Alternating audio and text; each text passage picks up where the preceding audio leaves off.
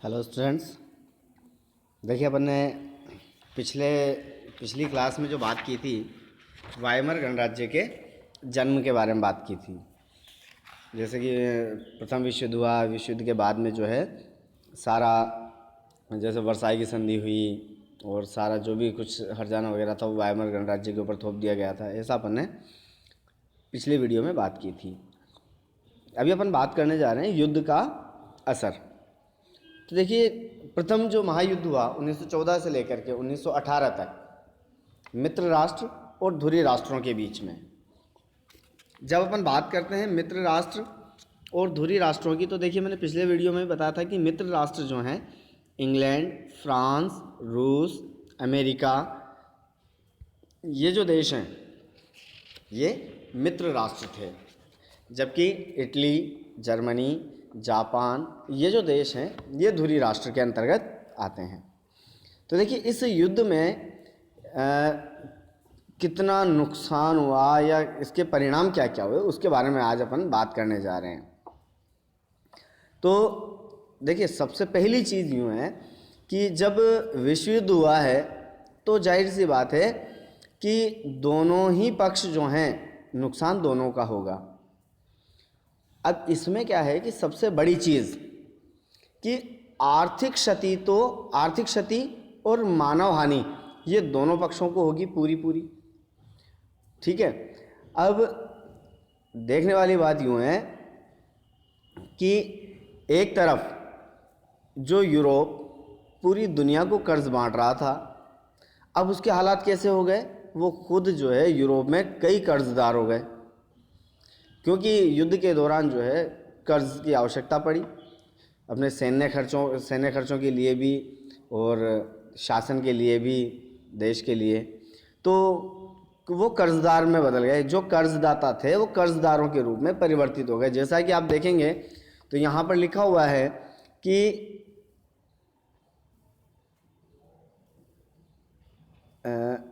ये देखिए आप,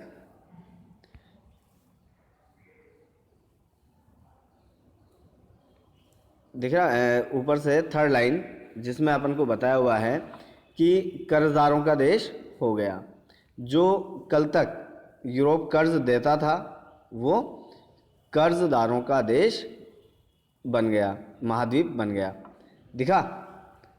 हाँ, इनको देखिए, कल तक कर्ज देने वालों का महाद्वीप कहलाता था, जो युद्ध खत्म होते होते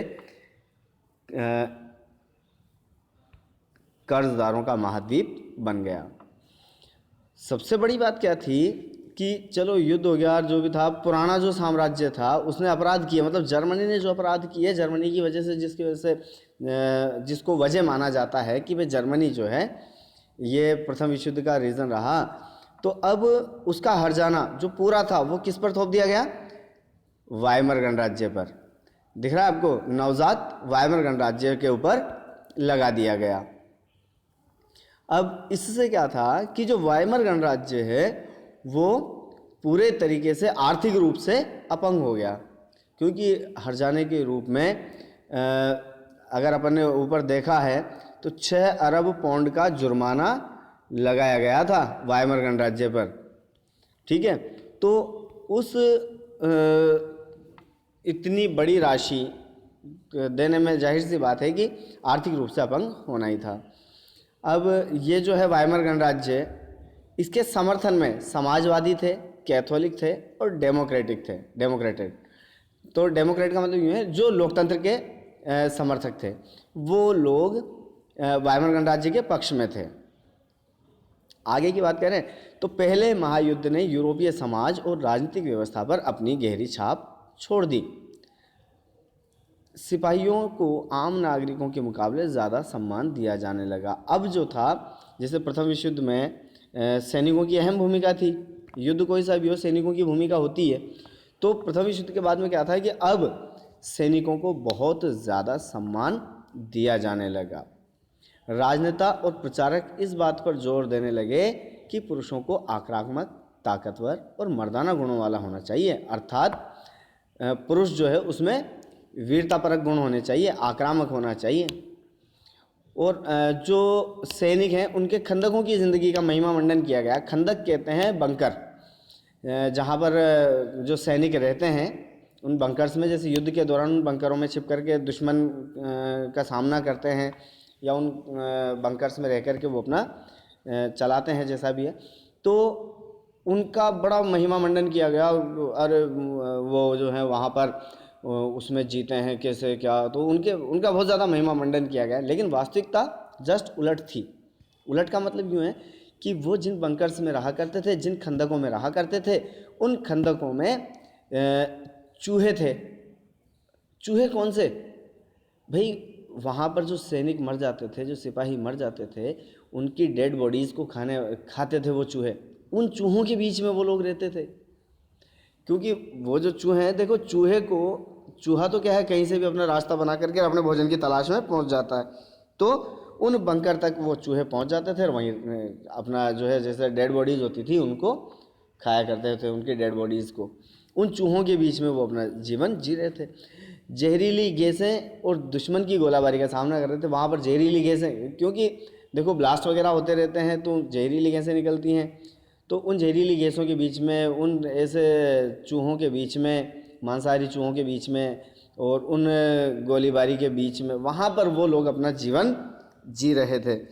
अब इसमें क्या था, धीरे धीरे कि ये जो राजनेता और प्रचारक जो है वो इन बातों का बखान करने लगे। अर्थात वो राजनीतिज्ञ जो लोग हैं, जो राजनीति से संबंधित हैं, वो लोग अब उन सैनिकों के जीवन का या सैनिकों का जो है वो सहारा ले रहे थे एक तरीके से। अब इससे क्या होगा कि तानाशाहों को व्यापक जन समर्थन मिलने लगा है, रूढ़िवादी तानाशाहों को समर्थन मिलने लगा, क्योंकि वो उनका महिमा मंडन कर रहे थे। अब आम जनता में भी सैनिकों के प्रति तो सम्मान था ही सही, तो अब वो सैनिकों के बारे में ज़्यादा वार्तालाप करते थे, सैनिकों का बखान किया करते थे, तो लोगों का रुझान जो है वो धीरे धीरे उनकी तरफ बढ़ने लगा। नेक्स्ट अपना जो टॉपिक है, कुल मिलाकर ये होता है कि दोनों महायुद्धों के बीच में यूरोप में अस्थिरता फैल रही थी और लोकतंत्र जो है ऐसी अस्थिरता में नहीं पनप सकता था।